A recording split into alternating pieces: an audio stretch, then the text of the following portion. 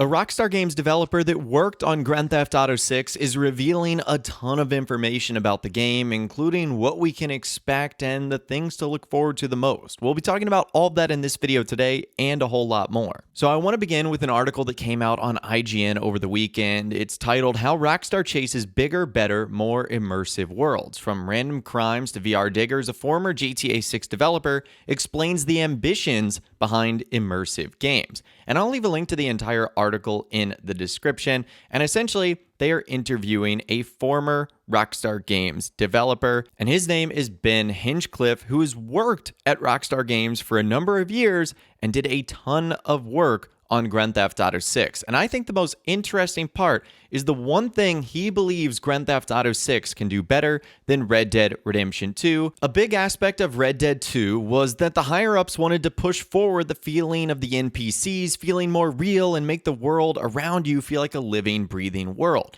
You've got these smaller towns and less of a population density, so you need the NPCs to feel a bit more real, he explains. It was a big drive to allow players to talk to people and be more involved in the world to make you feel bad if you just shoot a random person. Because that conversation system, maybe you'd feel a bit worse than just mowing down 20 people in GTA. Pretty much every NPC in Red Dead Redemption 2 has some kind of interior life, even if that life is just riding a cargo wagon along the same route over and over. It's a job with a destination that players can turn into a highway robbery opportunity. This level of detail is vital for Red Dead Redemption because of the limited population density Hinchcliffe mentioned. At the modern metropolitan scale of Grand Theft Auto, though, with its streets home to thousands of pedestrians, such a sense of authentic life is much more difficult to achieve.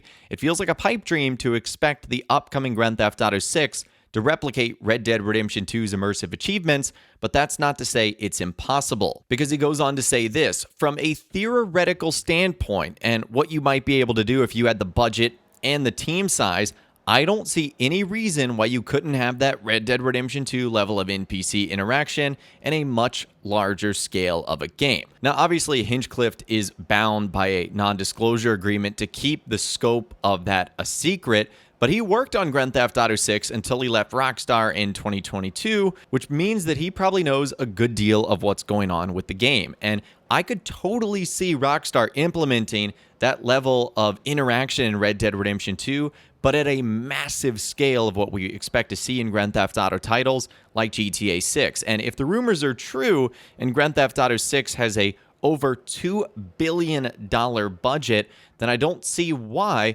Rockstar wouldn't be capable of doing something like that, especially if they had an all-hands-on-deck approach where they utilize every single studio in their company.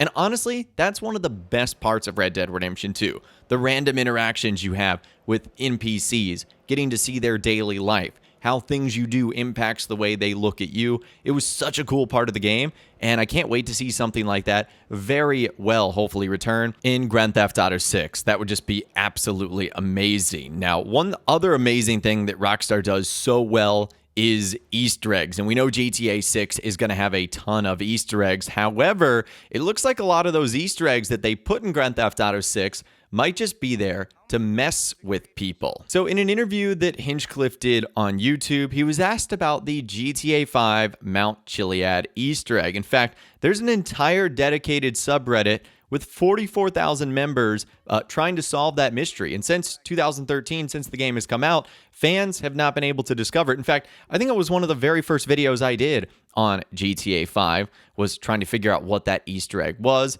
But Hinchcliffe actually reveals that while he wasn't directly involved in concocting the Mount Chiliad Easter egg, he goes on to say, obviously there's always the desire to put in these really complex Easter egg hunts and trails that really dedicated players will follow. But as with all Easter eggs, sometimes you just put them in there to mess with people. They don't actually do anything. You just mess with people just to drive them a little bit crazy. And I'm sure that's going to be disappointing for some fans because they obviously want to solve everything and truly understand every single reason why Rockstar Games did something. But it really does seem like maybe the GTA 5 Chiliad Mystery Easter egg was just there to send fans on a massive hunt and try to figure out absolutely nothing. And based on what we've seen so far, not only with the GTA 6 leaks, but with its very first trailer, there looks like there is plenty of room and crazy areas in which Rockstar could have some massively interesting Easter eggs, secrets to explore, mysteries to solve. There was a ton of that in Red Dead Redemption 2. I mean, just think of the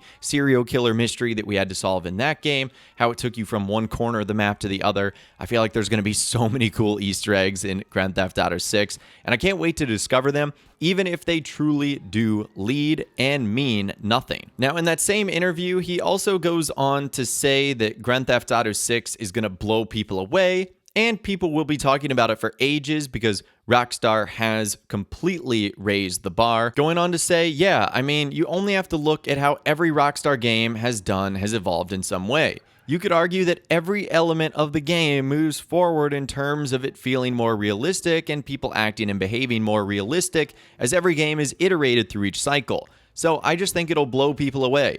It will sell an absolute ton, as it always does. People will be talking about it for ages afterwards, just like they did with GTA 5.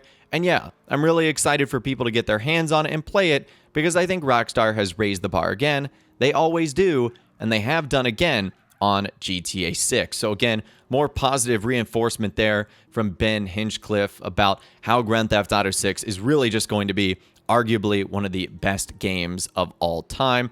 And then he goes on to say again that Rockstar, as things currently stand, are trying to really tighten the game in every corner right now because 90% of the work is technically done. So in that same interview, he was asked what the focus of the development team would normally be at right now, and he said, talking generalities, obviously to keep him from getting and not in trouble, on a title that big like GTA 6, you're wanting to really tighten it in every corner.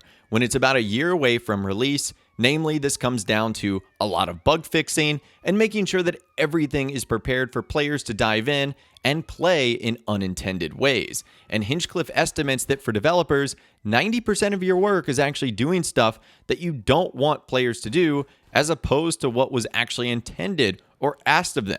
You might just want someone to drive in a straight line, drive from A to B, please, just follow that car, and then they don't. They get out of the car, or they drive over there, or they shoot this person, or they turn around and go the other way. And it's just like, can you just do what the objective is telling you to do, please? He goes on and laughs. And honestly, we did so many videos like that in Red Dead Redemption 2, and I honestly can't wait to do more with GTA 6. Sort of alternative ways to go about doing alternative ways to go about doing the missions, or what happens if you do it in a certain way. With the time change in Red Dead Redemption 2, it was interesting to do things as Arthur or come back and do them a little bit later as John. So I'm so excited to dive back into that in Grand Theft Auto 6. I know that there's going to be so many different ways to complete things. It's probably super aggravating for Rockstar, but it's what makes these games so incredible. But anyways, I'd love to hear from you guys in those comments down below. Let me know what you think about everything we discussed in this video today. Do you think the NPCs will be better, smarter, more interactive in Grand Theft Auto 6? Do you think there will be Easter eggs that lead to absolutely nothing? And where do you think Rockstar is right now, as we are currently waiting for Trailer 2 to get here? Let me know what you think in those comments down below. I'd love to hear from you guys down there. If you guys did go on to enjoy this video, though, a like rating would, of course, be awesome. And be sure to subscribe to my YouTube channel if you are new. You want to stay up to date on all the GTA 6 videos that I'll be doing here on my channel. And be sure to ring that notification bell as well. Sometimes YouTube just doesn't work, and if you ring that bell, you'll always be guaranteed to be notified when new videos arrive. But of course, as always, guys, thank you all so much for watching. Take care, and I'll see you guys in the next video.